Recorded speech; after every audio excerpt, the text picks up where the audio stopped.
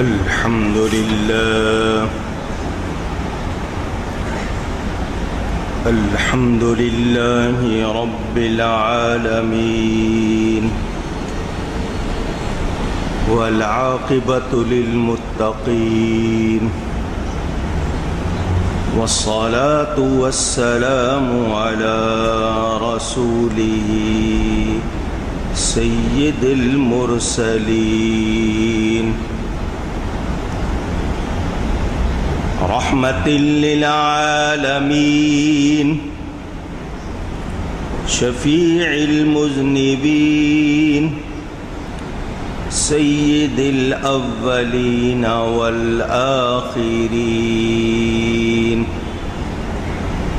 سيدنا ومولانا محمد رسول رب العالمين وعلى آله وصحبه أجمعين أما بعد فأعوذ بالله من الشيطان الرجيم بسم الله الرحمن الرحيم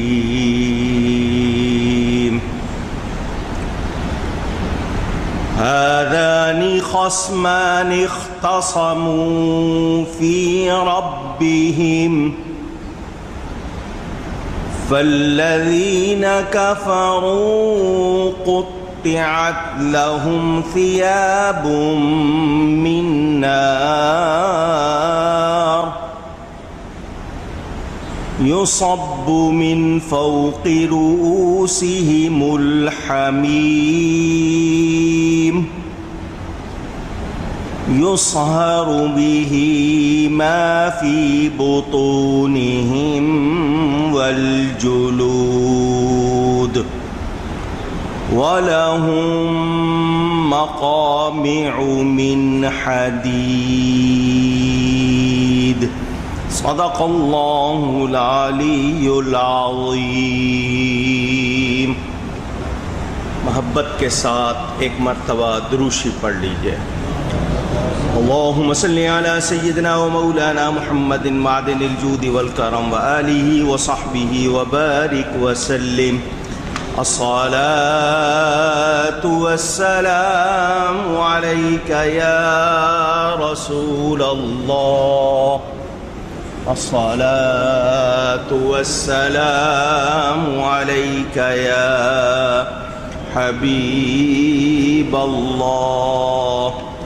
الصلاة والسلام عليك يا رحمة للعالمين وعلى آلك وأصحابك یا شفیع المذنبین.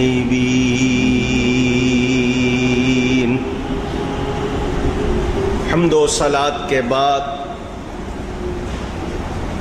قرآن کریم کی سورۃ الحج کا تفصیلی بیان آپ سن رہے ہیں. اس سے پچھلی آیت جو پڑھی تھی وہ آیت سجدہ تھی. اگر دوبارہ پڑھوں گا اور پھر ذکر کروں گا تو ایک مرتبہ پھر آپ کو سجدہ کرنا پڑے گا.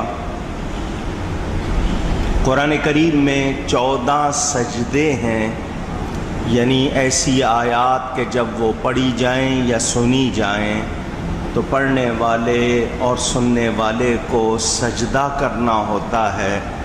ترتیب میں یہ 6واں نمبر تھا اور بتایا گیا کہ اللہ تعالیٰ سے جو قریب ہونا چاہتا ہے، اپنے مسائل کا حل چاہتا ہے، اس کو چاہیے کہ وہ اللہ کے آگے جھکے اور اللہ کے سوا کسی کو سجدہ جائز نہیں. اب جو آگے بیان ہے میں اسی پر گفتگو کروں گا تاکہ آپ کو اسی حوالے سے مزید بات معلوم ہو، اللہ تعالیٰ فرماتا ہے هذان خصمان اختصموا فی ربہم، یہ دو گروہ ہیں، فریق ہیں کہ اپنے رب کے بارے میں جھگڑتے ہیں، جھگڑ رہے ہیں۔ فالذین کفروا قطعت لهم ثیاب من نار، تو جو کافر ہوئے ان کے لیے آگ کے کپڑے بنائے گئے، بنے گئے۔ یصب من فوق رؤوسہم الحمیم، اور ان کے سروں پر کھولتا ہوا پانی ڈالا جائے گا۔ یصہر بہ ما فی بطونہم والجلود، اس کھولتے ہوئے پانی سے گل جائے گا جو کچھ ان کے پیٹوں میں ہے اور ان کی کھالیں۔ وَلَهُم مَّقَامِعُ مِنْ حَدِيدٍ، اور ان کے لیے لوہے کے گرز ہیں۔ کلما ارادوا ان یخرجوا منها من غم اعیدوا فیہا، جب گھٹن کے سبب اس میں سے نکلنا چاہیں گے تو پھر اسی میں لوٹا دیے جائیں گے۔ وَذُوقُوا عَذَابَ الْحَرِيقِ، اور حکم ہوگا کہ چکھو آگ کا عذاب۔ یہاں کچھ باتیں واضح کروں گا، توجہ سے سنیں۔ اللہ تعالی مجھے حق بیان کرنے اور ہم سب کو حق سن کر اس کو قبول کرنے، اس پر عمل کرنے اور اس پر قائم رہنے کی توفیق عطا فرمائے۔ جتنے بھی لوگ دنیا میں ہیں، مسلمان اور وہ جو مسلمان نہیں، کافر ہیں، مشرک ہیں یا لا مذہب اپنے آپ کو کہتے ہیں، جتنے بھی کافر ہیں وہ سب کے سب مل کر ایک ہو جاتے ہیں اور مسلمانوں کے دشمن ہیں۔ مومن اور کافر آپس میں کیا ہیں؟ اونچی کہیے، کون فرما رہا ہے؟ تو پھر دوستی کیسے ہو سکتی ہے؟ پہلی بات واضح ہو گئی، جب اللہ نے فرما دیا کہ یہ آپس میں دشمن ہیں تو پھر دوستی کی گنجائش، ہم کہتے ہیں جی بڑے اچھے دوست ہیں، تو وہ صرف مطلب کی باتیں ہیں، دوستی کی گنجائش نہیں ہے۔ پہلی بات تو یہ ذہن میں رکھ لیں۔ پہلے 5 فرقوں کا بیان ہو چکا ہے، اگر آپ نے پہلی آیتیں یاد رکھی ہیں اس میں 5 قسم کے لوگ بیان ہو چکے۔ مسلمان تھے، میں پھر سنا دیتا ہوں۔ ایک مسلمان تھے، یہودی تھے، ستارہ پرست تھے، نصرانی تھے، آتش پرست اور مشرک۔ یہ بتا دیا گیا یہ سارے 5 قسمیں، یہ 5 قسم کے کافر اور مومن آپس میں کیا ہیں؟ اونچی، اللہ نے فرما دیا۔ اب ہمارے پاس اپنی رائے اس کو داخل کرنے اور دخل دے کر کوئی بات کرنے کی گنجائش نہیں۔ اب اللہ فرماتا ہے جو کافر ہوئے، جو کافر ہوئے، یہ سارے 5، یہ کس کے لیے جھگڑ رہے ہیں؟ اللہ کی ذات میں۔ ان کی دشمنی کا تعلق اللہ تعالی کی ذات سے ہے۔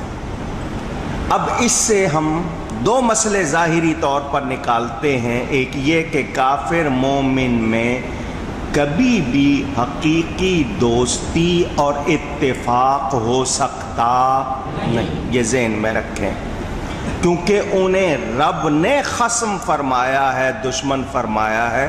تو جس کو رب تعالی دشمن فرما دے، نہ وہ حقیقی دوست ہو سکتا ہے، نہ اس سے حقیقی اتفاق ہو سکتا ہے۔ ایک بات۔ دوسرا یہ کہ جھگڑتے کیا تھے؟ اللہ کو تو ماننے کا دعویٰ کرتے تھے، یہودی بھی عیسائی بھی، جھگڑتے تو حضور کے بارے میں تھے۔ دیکھا جائے تو جھگڑتے تو نبی پاک صلی اللہ علیہ وسلم کے بارے میں تھے۔ تو یہ مسئلہ واضح ہو گیا کہ نبی پاک صلی اللہ علیہ وآلہ وسلم کے بارے میں جھگڑنا حقیقت میں اللہ کے بارے میں جھگڑنا ہے۔ جو نبی کے بارے میں جھگڑتا ہے وہ کس کے بارے میں جھگڑ رہا ہے؟ مثلا میں آپ کو اور آسان کر دوں، ہم یہ کہتے ہیں کہ نبی پاک صلی اللہ علیہ وآلہ وسلم مخلوق میں سب سے افضل، سب سے اعلیٰ، سب سے بہتر ہے، قرآن اور حدیث کے مطابق کہتے ہیں۔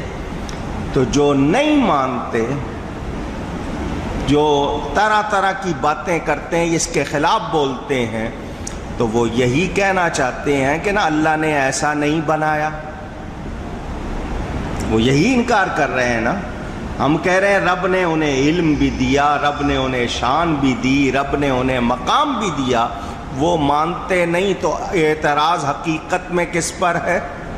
اللہ پر۔ یہ میں نے صرف سمجھنے کے لیے بات کی ہے۔ تو وہ لوگ جو نبی کے بارے میں جھگڑتے ہیں وہ حقیقت میں اللہ تعالیٰ کے بارے میں جھگڑتے ہیں۔ واضح بات ہے سامنے کی کہ یہودی اور عیسائی اللہ کے منکر نہیں تھے، ماننے کا دعویٰ کرتے تھے، منکر تھے تو نبی پاک صلی اللہ علیہ وسلم کے۔ تو یہاں واضح کر دیا کہ جو حضور کو مانتا ہے وہی رب کو مانتا ہے، اور جو میرے نبی کا دوست ہے وہی رب کا دوست ہے، جو میرے نبی کا دشمن ہے وہ اللہ کا دشمن ہے۔ وہ اپنے ایمان کا دعویٰ ثابت کر سکتا نہیں۔ یہ بات آپ کو واضح طور پر معلوم ہو جانی چاہیے۔ اب سوال آتا ہے کہ ہر گروہ، جو بھی جتنے گروپ ہیں، اپنے عقیدے کو حق سمجھتے ہیں، دوسروں کو باطل۔ یہ جو لڑائی جاری ہے مسلسل، اگر ہم یہودیوں کی، عیسائیوں کی بات نہ کریں، مسلمان کہلانے والوں کی بات کر لیں، تو ان میں بھی جھگڑے تو ہیں۔ تو آپ اگر ان کا سہرا ڈھونڈیں گے تو نبی کی شان سے جا ملے گا۔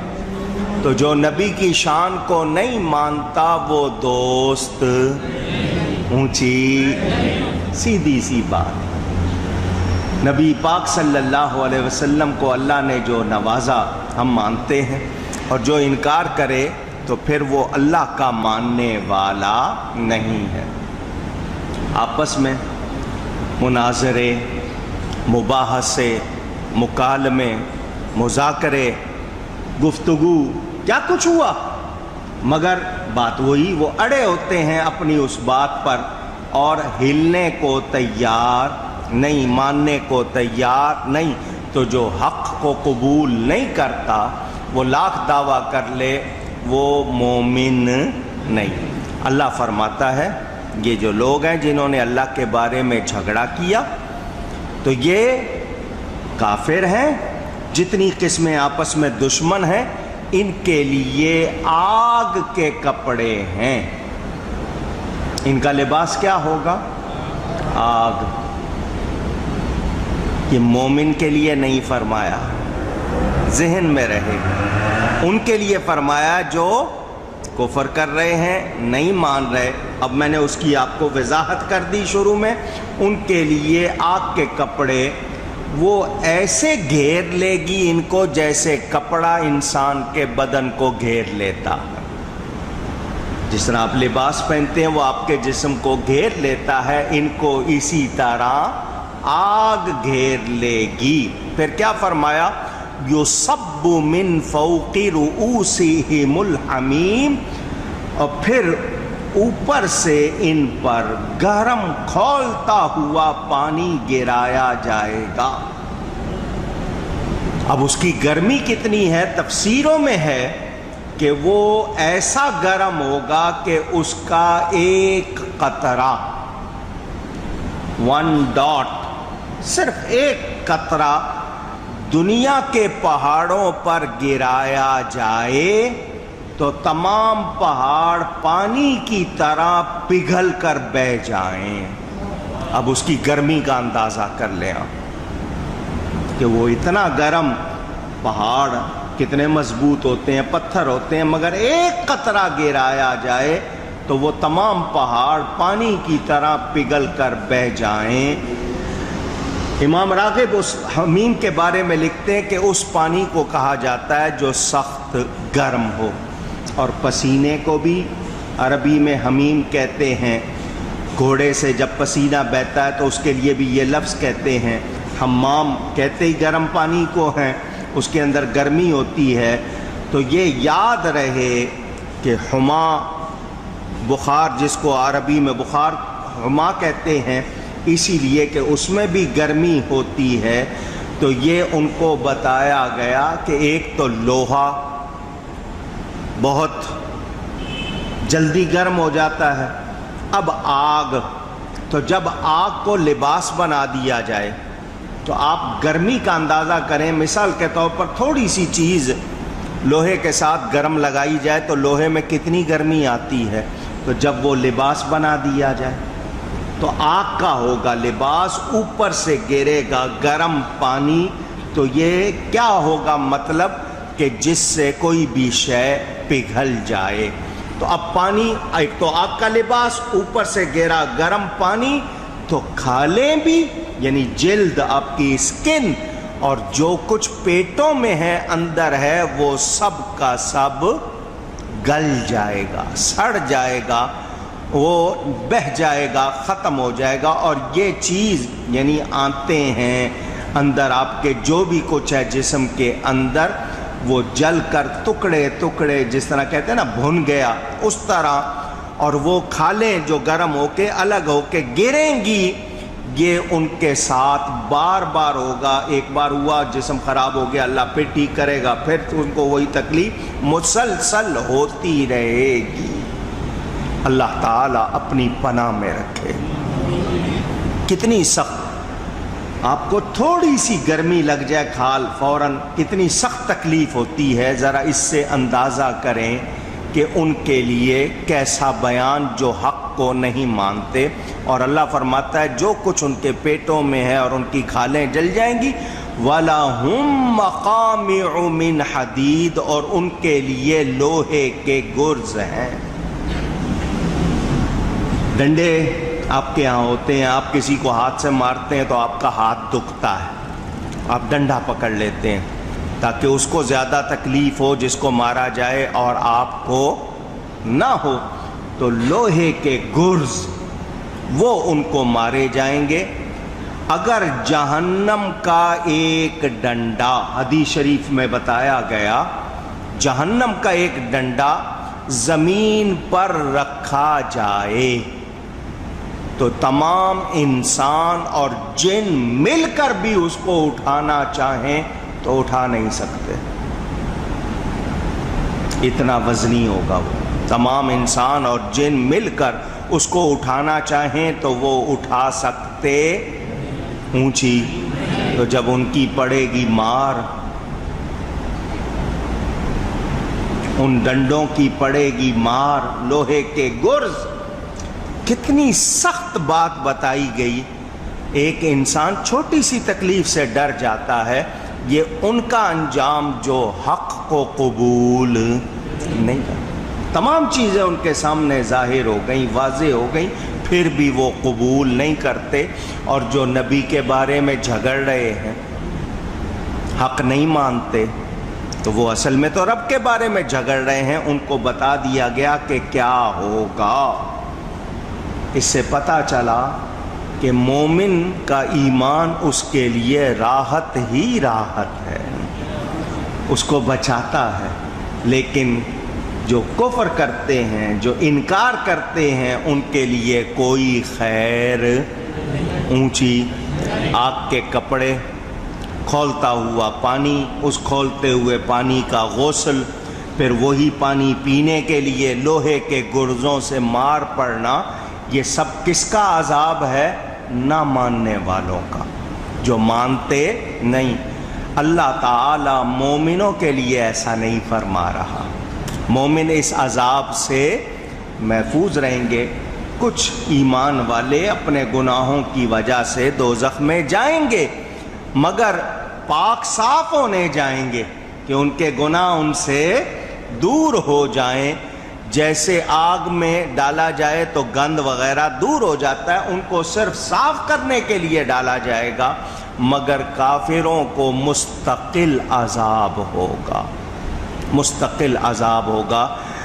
یہ بھاگنا بھی چاہیں گے تو بھاگ سکتے، فرمایا نا کلما ارادو، جب گھٹن ہوگی، لازمی بات ہے، ذرا سا دھواں ہو جائے تو آپ باہر نکلنے کی کوشش کرتے ہیں، گھٹن ہو رہا ہے، سانس دم گھٹ رہا ہے، تو اللہ فرماتا ہے اس میں سے نکلنا چاہیں گے، پھر اسی میں لوٹا دیے جائیں گے، اور حکم ہوگا چکھو آگ کا عذاب۔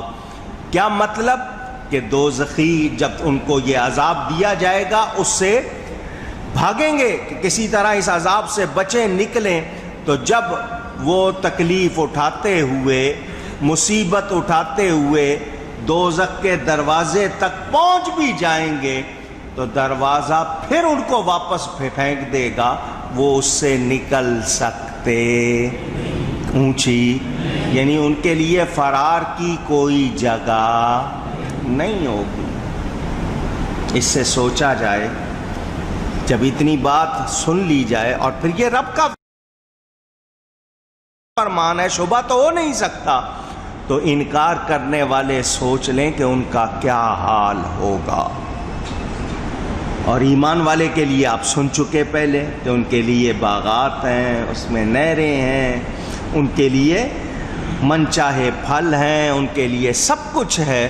وہاں راحت کا بیان اور یہاں تکلیف کا بیان، دونوں کو دیکھا جائے تو بتائیے ایمان سے بہتر کوئی نعمت ہے؟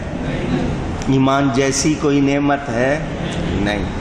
تو یہ جو ماننا ہے حق کو، سچ کو، یہ بہت بڑی نعمت اور راحت ہے۔ یعنی یہ ایمان ہمیں دنیا میں اور آخرت میں کتنی تکلیفوں سے بچاتا ہے، یہ ہمیں سوچنا چاہیے۔